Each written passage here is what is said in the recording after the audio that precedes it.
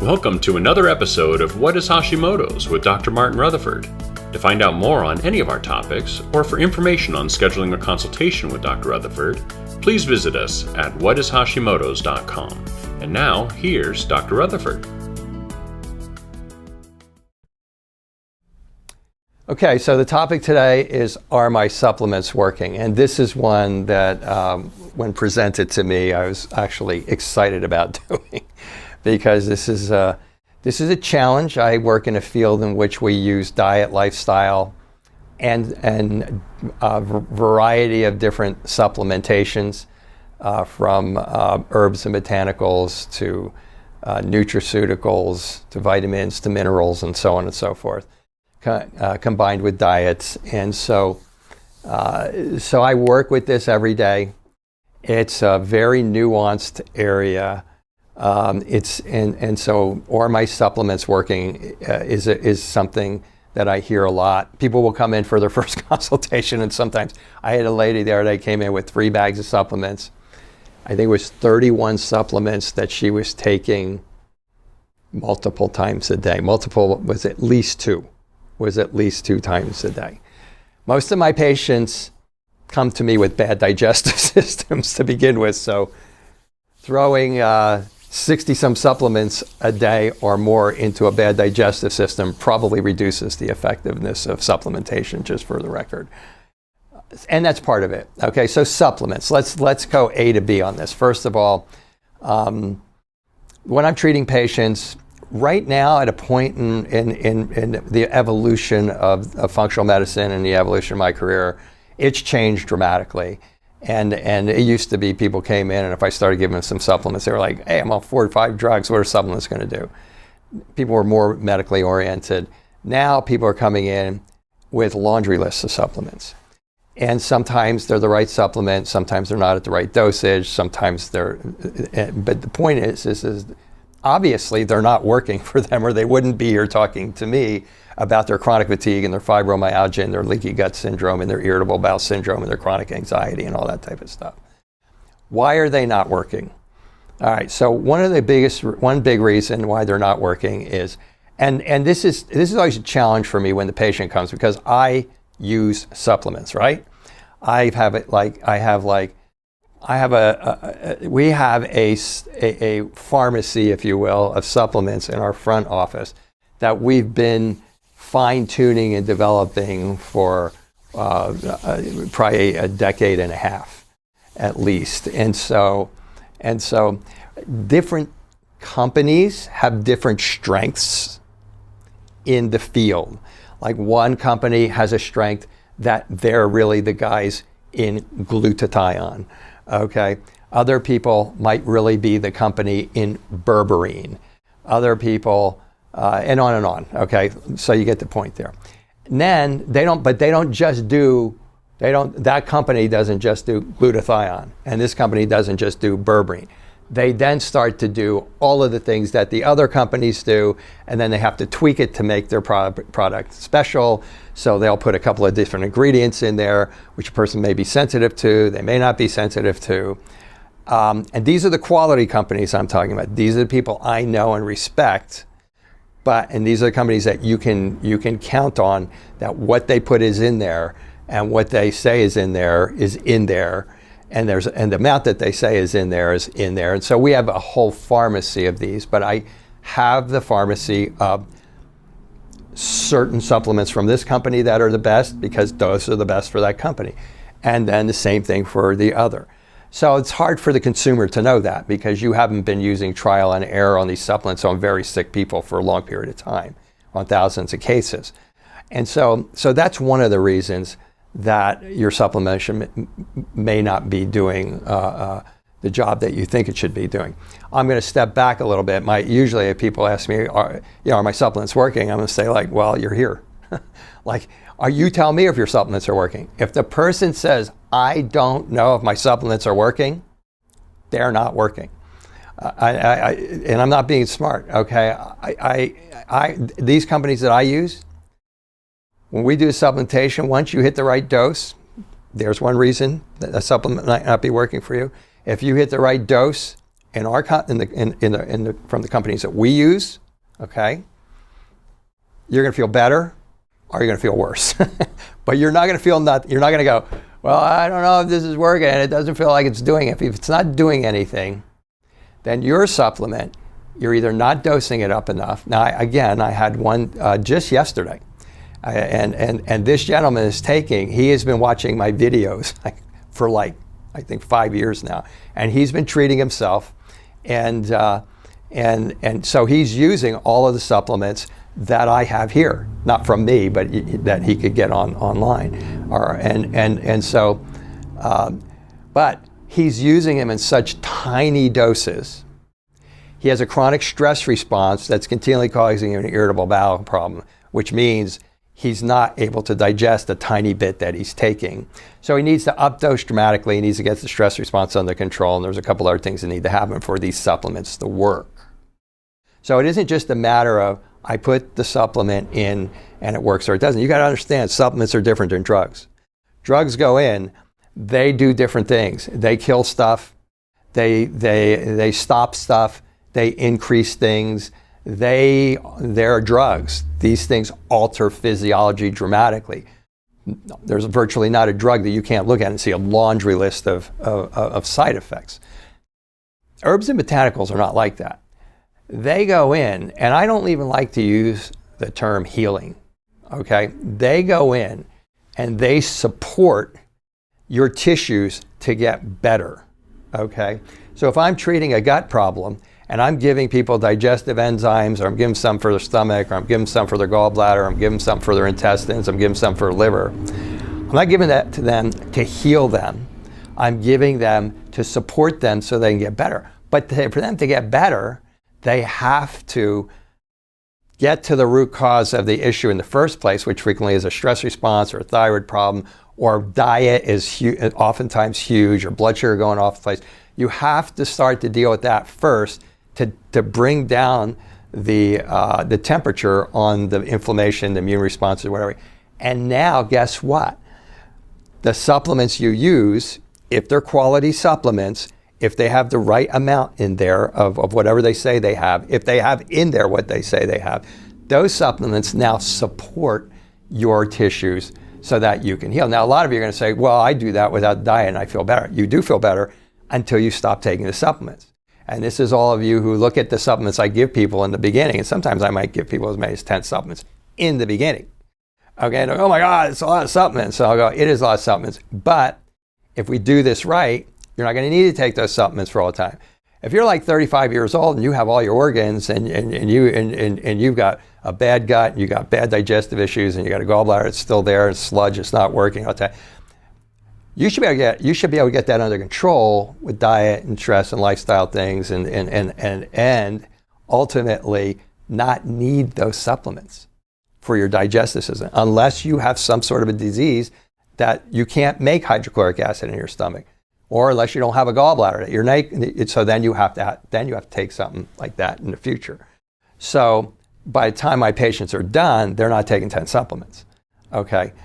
Because that's how supplementation is designed to work. Now, it's a market. Everyone wants to sell you supplements. They want to sell you supplements. They want to sell you the most they can. They want you to take them for the rest of your life, and they want you to buy them from them. Okay, so you have to take that into consideration. Let's bring that from a private practice and the doctor who wants to do that. Let's bring that over to the internet. Okay, look, there are people who are buying my supplements on the internet and paying twice as much. It's like, and they're expensive already, I think. And so because I take them. So there's a lot of counterfeit out there. Look, there is so much data out there on this. You don't have to take my word for it. You can just look it up. I've read numerous articles where they have looked into, and this is not like the medical profession going in and saying, oh, these people are bad. No, this is like independent researchers going in and going, you know what? We went to this big company, we went to that big company, we went to this food store or this health food store, went to this supplement store, and we took these 10 supplements and we evaluated them, and as many as 70% of supplements don't have in them the amounts of the nutrient that they say in there, or the herb or the botanical. And it's even that much, maybe it's like 50% or 30%, I think is, don't even have in there what they say is in there, or they have such a tiny amount in there that it almost doesn't even count. So you have to be careful where you are getting your supplements. That may be the reason that your supplements aren't working. Okay, the reason your supplements aren't working may be poor quality. It may be contamination. I know China is a big controversial thing right now, but the reality is China contaminates supplements, and a lot of these counterfeit supplements are for China. And a lot of credible companies online have ingredients that come from China, and it's just a known fact that their products are contaminated. My cases will fail if and when I miss a contamination. If I miss a food sensitivity, or if I miss food additives that these people that my patients are not feeling are sensitive to, and I happen to send them a supplement because I missed it, that there's an additive in there, and they start bloating up. They're not very happy about it. We have to change that right away. So what if you, and that's me having a patient call me and go, you said I didn't have to feel worse before I feel better, and I've got supplement, I'm starting to fatigue, and then I go back and I look at all the ingredients, I go, oh my God, I think they're sensitive to this, but based on that, we take it away and now they're fine. Okay, that's me controlling it. Okay, put that online, and you're going online and you're buying all these supplements. How many of them are coming from China?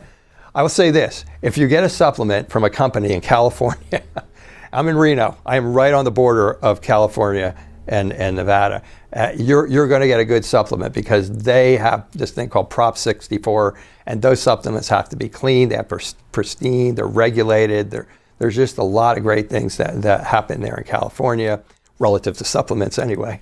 And so there's all these nuances. So you have to become an investigator. And again, I go back to also this gentleman that I'm working with right now. He's working, well, I'm not going to go through his case, but he has several, I would say he has 3/4 of the supplements he's already taking are in that group of supplements that I would probably start him on anyway, because he's been watching the videos forever. He's been astute about it. He's having trouble figuring out the diet. But he's not dosing enough. He's not dosing anywhere near enough. In some places, he's only dosing 30% of what he needs. In some percent, and he's dosing literally 10% of what he needs. Okay, so we have a thing about dosing in the vitamin industry here, and we way underdose in this country. We just do.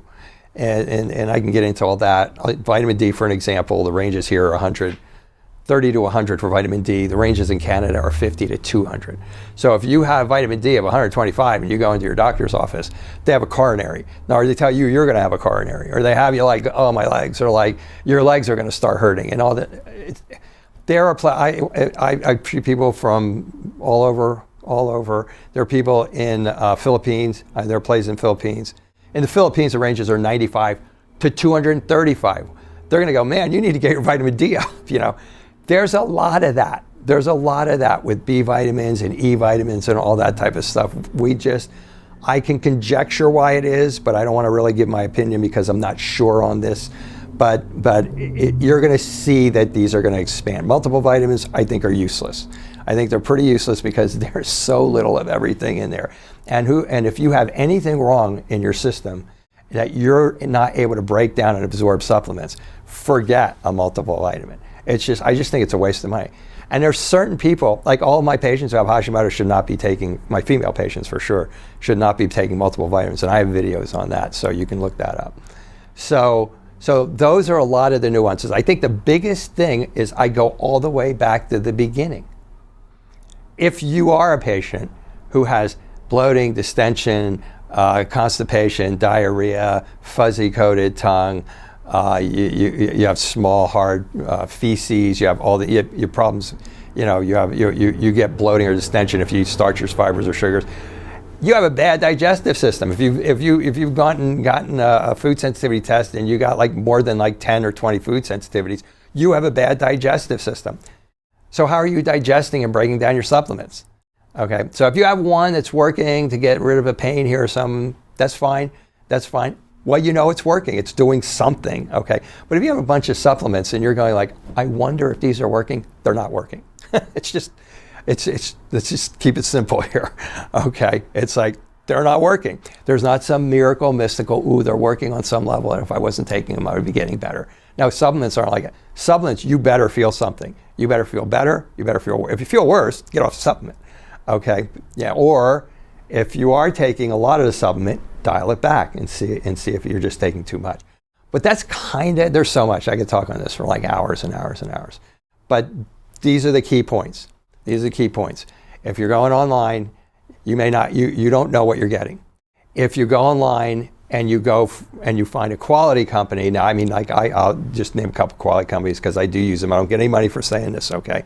But Apex, Zymogen, Biotics, these are great companies that we have a couple here in town that are really good. But so if you understand who quality companies are and you're going to look online and get those, make sure they're not counterfeit. There is a lot of counterfeiting online. It's not a small percentage. There's a lot of counterfeiting online. So you may be getting supplements and not getting what's in there, not getting what's in there. So there's that. And then there's, if you do have the quality supplements and they're not working, it may be because your physiology isn't designed to work yet with the supplements because you have underlying irritable bowel syndrome. You have so maybe their dietary changes or handling your stress responses need to be done in conjunction with those supplements. In other words, you figure out that, you start getting that under control, you get the proper diet, and we use so many different diets depending on what the person is. You get the person on that right diet, everything calms down. Now they get on supplements and they go, my God, these are the same supplements are on. How come they're working now? Well, it's because they're not fighting everything every time you eat a food that you're sensitive to, or every time you eat a food that you're allergic to, or every time we're going into an anxiety attack that's screwing up your digestion. They're not going to work. So those are the big areas that I deal with every day. And it gets uncomfortable sometimes because I'll look at people and I go like, okay, you're taking all these supplements, but I'd really feel better if you took mine while I was doing this because I know what they are, I know what the dosages are. I know if you have a bad reaction, I'm going to know which supplement it was. I'm going to know if it's just too much, if we need to dial it back or get rid of it. So for me, it's an uncomfortable conversation because I want people to think I'm like just trying to sell them supplements. But so I'm really into this because my goal is to get the person from A to B, where they want to be with what we need, and then get their physiology working as much as it can, and then dial the supplements back to just what they might need into the future. So that's my take on supplements as a practitioner who works with them on a daily basis and is really trying to understand them well so that I can utilize them properly. And again, I didn't even mention that. And then you got to watch if you're taking medications. If you're taking medications, they might be neutralizing your supplements. And you have to be watching, you have to be wary about if you're taking medications, if they go together. So you need to look that up online, make sure that you can take these supplements together, which is another thing that we have to do with all of our patients. So there's a lot of nuances to it. It's not just going to the store, buying the cheapest supplements at the lowest dose, and then taking them and going, well, I took vitamin D and I still got COVID. Well, what about those guys who said I couldn't get it if I took enough vitamin D? Well, maybe you weren't taking enough. That's another whole thing, but that's something that's out there right now as a possibility that high doses of vitamin D may be good for COVID. And I'm talking about studies from Israel and I think Holland and Japan, and I'm talking about real studies, so I'm not just throwing it out there to be controversial.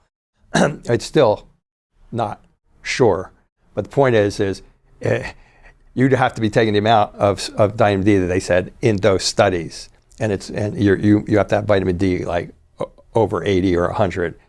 And your vitamin D is 13, even though you're taking it, you're not going to have the effect. Okay, so lot to it. Unregulated industry, very, very profitable, bigger all the time. Everybody's got it on the internet now. Everybody's looking online for what supplement does what for what symptom. I call that green medicine. You're not getting to the underlying cause of the problem. There's all of that and more. So if you have any questions on that, you guys might want to, let us know if there's other things that you know about or you're thinking about your supplements. If maybe we could do a future presentation on, but I think that kind of covers it. Thank you for joining us for another episode of What is Hashimoto's? To find out more on any of our topics, or for information on scheduling a consultation with Dr. Rutherford, please visit us at whatishashimoto's.com.